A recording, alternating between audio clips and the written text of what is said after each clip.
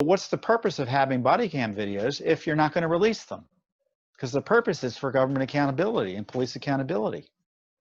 I mean, I know in the George Floyd case, they weren't being released publicly. They were leaked. Portions of them were leaked. And you can pretty much see why they weren't released, by at least by the prosecutions, because they certainly were no help to the prosecution.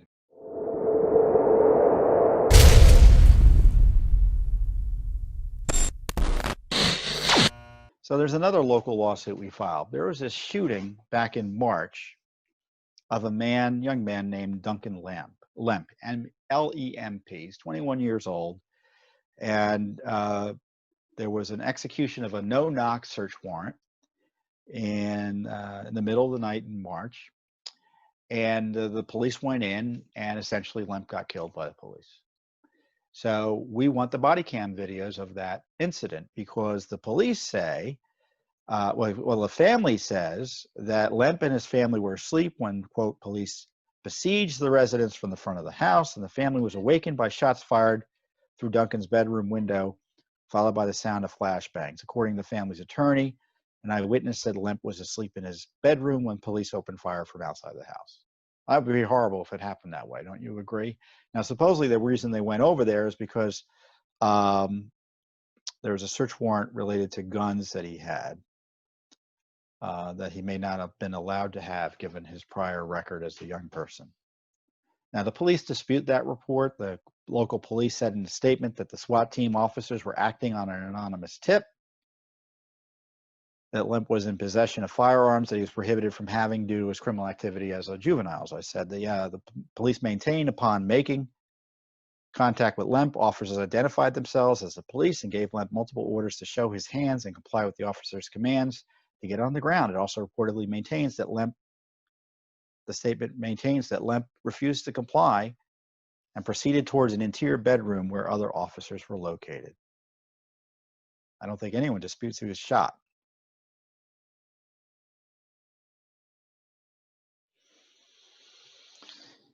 So there's obviously a dispute about what went on. And the question is, can the body cam cameras resolve the dispute? And are there body camera videos? And I don't know that.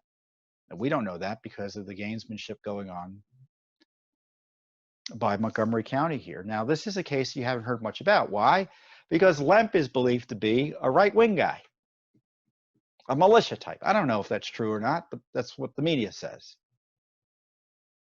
He's also white.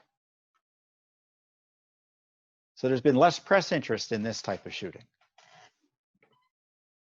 Now compare and contrast that with the woman who was shot, the former girlfriend of the alleged drug dealer whose apartment was raided, and she was shot after her then boyfriend shot at the police. And there's a big dispute about that case, and it's a big cause célèbre for the left. I don't think there are any body cams for that case. So now it's, so I don't know what's going to happen. I know it's being investigated by the FBI. I don't think this case is being investigated by the FBI. And I'm not suggesting the police did anything wrong in either circumstance. But it seems to me it ought to be a straightforward issue to release body cam videos. It's been months. I mean, I can see waiting to review them before you release them so you aren't interfering with the criminal investigation. But what's the purpose of having body cam videos if you're not going to release them? Because the purpose is for government accountability and police accountability. I mean, I know in the George Floyd case, they weren't being released publicly. They were leaked. Portions of them were leaked. And you can pretty much see why they weren't released, by at least by the prosecutions, because they certainly were no help to the prosecution.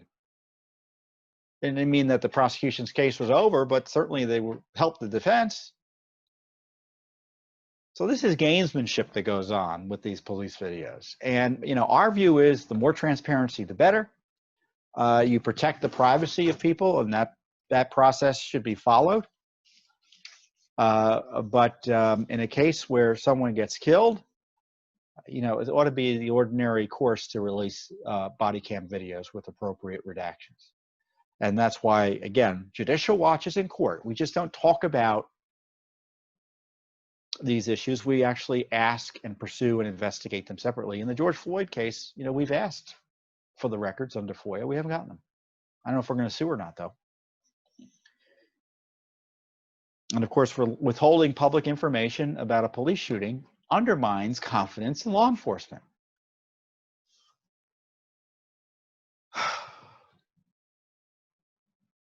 Frustrating times we live in, isn't it, folks? Frustrating times. Thanks for tuning in.